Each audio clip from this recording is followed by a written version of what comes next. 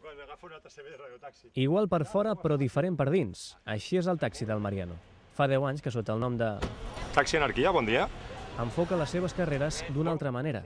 Intenta donar-li un valor afegit al servei, ja sigui oferint la premsa del dia o una tria musical segons el gust del client. També ofereix peluixos per la canalla i accepta portar animals, cosa gens habitual entre els taxistes.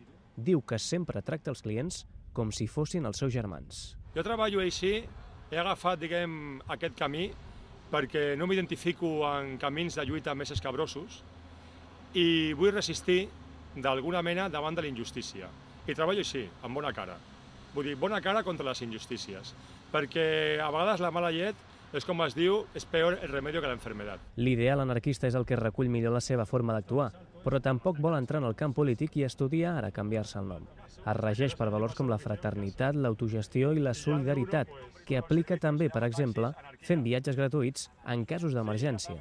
Els clients, acostumats a un servei fred, la majoria dels casos, agraeixen l'estada amb el Mariano. Creo que inmejorable. Creo, Perfecto. No, la verdad es que yo soy una persona que cojo mucho taxi y nunca. No, perfecto, vamos. Sí, me ha ofrecido tipo de música, de diarios, revistas, conversación. Una conversació muy buena, muy amena. Però de 1.500 taxistes que hi ha a Barcelona, només en són 4 que actuen com el Mariano, una proporció que pretén invertir amb insistència i anant al contracorrent. Només si teniu la sort d'aturar-lo un dia per la ciutat, veureu que una altra manera de portar el taxi és possible.